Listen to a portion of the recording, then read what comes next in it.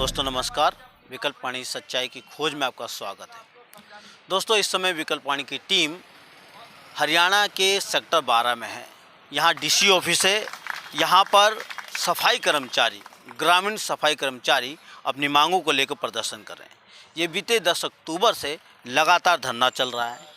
ये धरना 11 बजे शुरू होता है और 11 बजे से शाम तक चलता है, जिसमें अलग अलग तरीके के लोग आते हैं, अलग अलग तरीके से लोग अपनी बातों को रखते हैं, अपनी समस्याओं को लोगों को बताते हैं और सरकार से बार बार डिमांड करते हैं कि उन्हें 17 साल हो गए काम करते हुए, लेकिन उनको पक्का नहीं किया गया।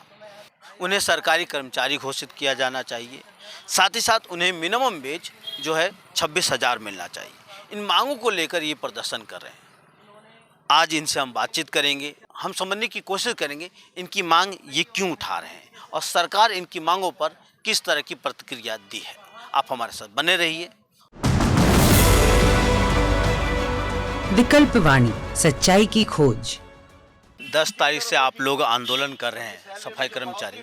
क्या मांगे हैं, क्या किस मांगों को लेकर आप लोग यहाँ पे प्रदर्शन करने को इकट्ठा हुए हैं? देखिए सर, हमारी जो मुख्य मांग ये है कि गांव के जो सफाई कर्मचारी है उनको काम करते हुए 17 साल पूरे हो चुके हैं, उससे भी ऊपर होली है धीरे धीरे। हम ये कहते हैं हरियाणा सरकार से, हमारी 4 दौर की वार्ता हो चुकी सरकार के साथ। 4 दौर की वार्ता में हमने एक बात बोली कि पिछले 17 साल से गांव का सफाई कर्मचारी कच्चा चलता हुआ आ रहा है। हम एक बात कहते हैं कि विधानसभा में पॉलिसी बनाकर आप पक्का करो, और जब तक आपकी पॉलिसी ना बनाए सरकार, 1 महीना, 4 महीना, 6 महीना, तो कम से कम हमें जीने लायक एक अपना वेतन दो, 26,000 न्यूनतम वेतन दो। हम ये चाहते हैं कि सरकार 11,000 कर्मचारियों को पक्का करे और आने वाले जो समय है, जो कर्मचारी कम हैं गांव में, आबादी के मुताबिक 17 सालों में इतनी आबादी होगी दुगनी गांव की। एक कर्मचारी लगा हुआ है, कहीं 2 लगे हुए, बड़े गांव हैं 6 कर्मचारियों से ज़्यादा नहीं है कहीं भी। हम ये चाहते हैं कि सरकार भर्ती करे कर्मचारियों, ताकि उन पे काम का बोझ कम हो। सरकार से हम आपके चैनल के माध्यम से ये बता देना चाहते हैं कि जब 17 साल हमें हो गए तो सरकार को ऐसी पॉलिसी बनानी चाहिए और ग्रामीण सफाई कर्मचारियों का, जो हरियाणा के ग्रामीण सफाई कर्मचारी हैं, इनको पक्का करना चाहिए। सरकार से डिमांड है जैसे कि शहर के तर्ज पर 400 की आबादी पे 1 कर्मचारी है, ऐसे ही गांव में 400 की आबादी पे 1 कर्मचारी होना चाहिए। क्यों? गांव में आप देखेंगे गलियां बहुत लंबी चौड़ियां हैं। गांव में जो है ज़्यादातर मोस्टली डेयरी का, भैंस पालन का काम है। वो लोग क्या करते हैं, अपने गोबरों को नाली में बहा देते हैं।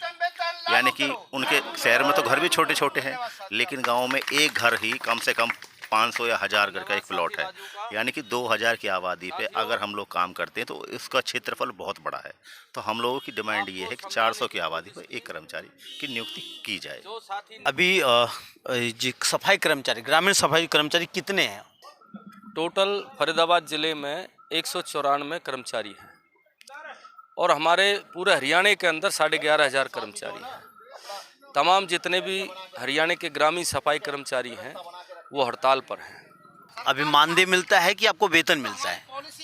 मानदेय मिलता है जी। मानदेय कितना है? अभी हमें 14,000 मिलते हैं, उसमें से कट पिट के 12,215 मिलते हैं। कट पिट के मतलब कि आपको पीएफ, ईएसआई भी करता है? अच्छा, आपको बोनस वगैरह की सुविधा जो है वो मिलती है क्या? बोनस वोनस की कोई सुविधा नहीं मिलती। सुरक्षा के लिए जो आपको जो सामान मिलने चाहिए आपकी सुरक्षा के लिए, क्योंकि बहुत सारे सफाई कर्मचारियों की ये सामने आती गई है कि सफाई के दौरान उनकी मौत हो जाती है क्योंकि गंदगी होती है, तो उसके लिए कि आपको क्या किस तरह का सरकार व्यवस्था करती है? अभी हमारे पास ना ग्लव्स हैं और काम करने के ठीक से औजार भी नहीं है। इसी के लिए हम आंदोलन कर रहे हैं। कोई ऐसी व्यवस्था नहीं है, सिर्फ साल में यूनिफॉर्म देती है सरकार और कुछ नहीं देती। ऐसा तो हमारे लिए तेल साबुन भी होना चाहिए, जो सरकार नहीं कर रही है। जो औरों के लिए तो कर रही है, हमारे लिए नहीं कर रही है, तो वो तो अत्याचारी हो गया ना। एक हिसाब से हमारे को ऐसे निकाल के फेंक रखा जैसे कि हम कुछ है ही नहीं। तो इसलिए अपने धरने पे इसलिए बैठे कि हमारी कोई तो सुने। इतने सारे ये नेता हैं, अपनी मांग मांगने के लिए तो ये घर घर के दरवाजे पे खटखटाते हैं, भी वोट दो वोट दो, तो हमारी कौन सुनवाई करता है? जब ये सबकी सुनवाई कर सकते हैं, क्या हमारी नहीं सुनवाई कर सकते? एक बात उठा रहे थे आप लोग कि जो पढ़े लिखे लोग हैं हमारे में से, उनको हाजिर लगाने का यानी सुपरवाइजर का काम दिया जाना चाहिए। अभी कौन लोग करते हैं? वो बाहर से हायर किए जाते हैं कि आप में से ही होते हैं? अभी हमारे पास कोई नहीं है, सिर्फ सरपंच हमारी देखभाल करते हैं। हम ये चाहते हैं कि हम में से ही जो पढ़े लिखे बंदे हैं वो हमारा काम देखें, सुपरवाइजरी के तौर पर रहें। अभी हमारे ऊपर कोई नहीं है, सरपंच ही देखते हैं खाली। वो बेगार प्रथा करवाते हैं हमसे, इसलिए हमने अपने यूनियन के माध्यम से ये सरकार से मांग करते हैं कि हम में से ही कोई चुना जाए ताकि काम देखे और सही तरीक़ा से काम हो। आप कह रहे हैं बेगार प्रथा, वो किस तरह का काम कराते हैं आप लोगों से?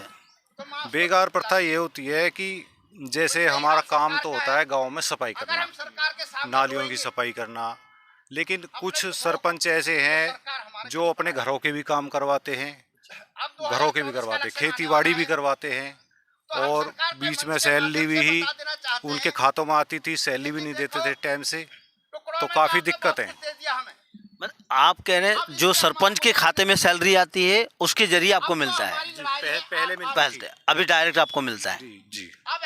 अभी हमने यूनियन के माध्यम से लड़ाई लड़ी और खातों में, अपने खातों में डायरेक्ट करवाई। जब आप लोगों को भर्ती किया गया था तो क्या कॉन्ट्रैक्ट पे किया गया था कि आपको विभाग के द्वारा पक्का करने के लिए बात भी कही गई थी? जब हम लगे थे जब तो ऐसे बोला था कि तुम्हारी ड्यूटी है 60 साल तक की है। 60 साल की यानी एक तरह से पक्का ही बोला गया था, लेकिन सैलरी आपको कम मिला। जब हम लगे थे जब हमें 3.5 मिली थी सर। 3.5? हाँ जी। अच्छा, आपके जो आप जहाँ काम करते हैं वहाँ पे और भी तो होंगे जो पक्के होंगे, उनका वेतन और आपके वेतन में अंतर है क्या? हाँ जी, उनके जो नगर निगम वाले हैं उनके तो तेल भी आ रहा है, साबुन भी आ रहा है, और 18-19 हज़ार रुपये सैलरी आ रही है, और हमारा 12,000, हमें ना कुछ तेल मिल रहा है ना कुछ साबुन मिल रहा है। देखिए, ये सुप्रीम कोर्ट के आदेश हैं, समान काम समान वेतन।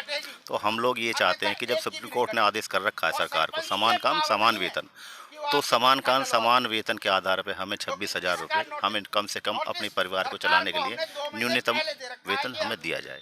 हम लोगों की ये डिमांड है। एक सवाल यहाँ उठ रहा था आपकी मांगों में कि जो इस दौरान मौत हो गई है जिन लोगों की, उनके बच्चों को भी आप लोग चाहते हैं कि इस डिपार्टमेंट में रखा जाए।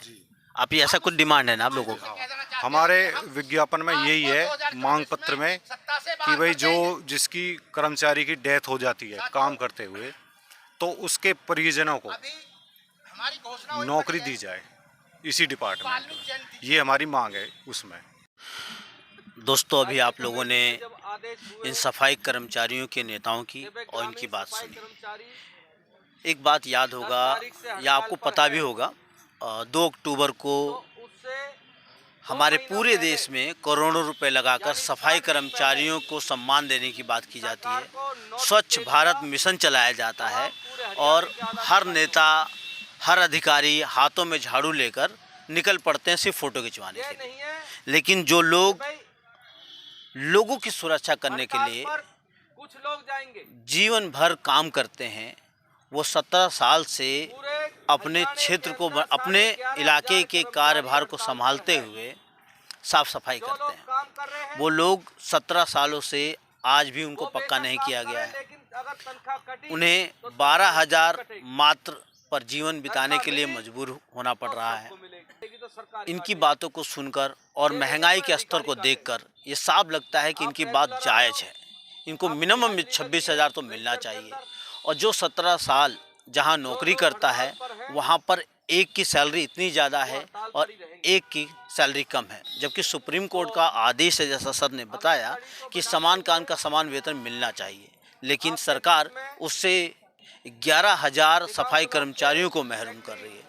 तो इन्हीं मांगों को लेकर ये प्रदर्शन कर रहे हैं। और एक बात समझना है, सफाई कर्मचारियों को स्वस्थ रहने के लिए ज़रूरी है कि उनको सुरक्षा के सभी मापदंड और औजार दिए जाएं, लेकिन सरकार वो भी देने से इनकार कर रही है। तो ये सब समझना है कि ये जो पूरी जो व्यवस्था है, कहती तो अलग बात है, टीवी पर, रेडियो पे अच्छी अच्छी बातें की जाती हैं, इन्हें कोरोना काल में इनको योद्धा भी कहा गया, लेकिन जब ये अपने मांग को लेकर अपने बच्चों के भविष्य को बचाने के लिए सड़कों पर उतरते हैं सालों साल लग जाते हैं, लेकिन सरकार सुनती नहीं है। तो सोचना ये है कि ये व्यवस्था किस तरह की है, जहाँ मजदूरों के नाम पर, मजदूरों के श्रम पर वो दुनिया का विश्वगुरु बनना चाहते हैं, लेकिन मजदूरों का ही शोषण हो रहा है। इस बारे में आप भी सोचिए, समझिए और देखते रहिए विकल्प वाणी, सच्चाई की खोज।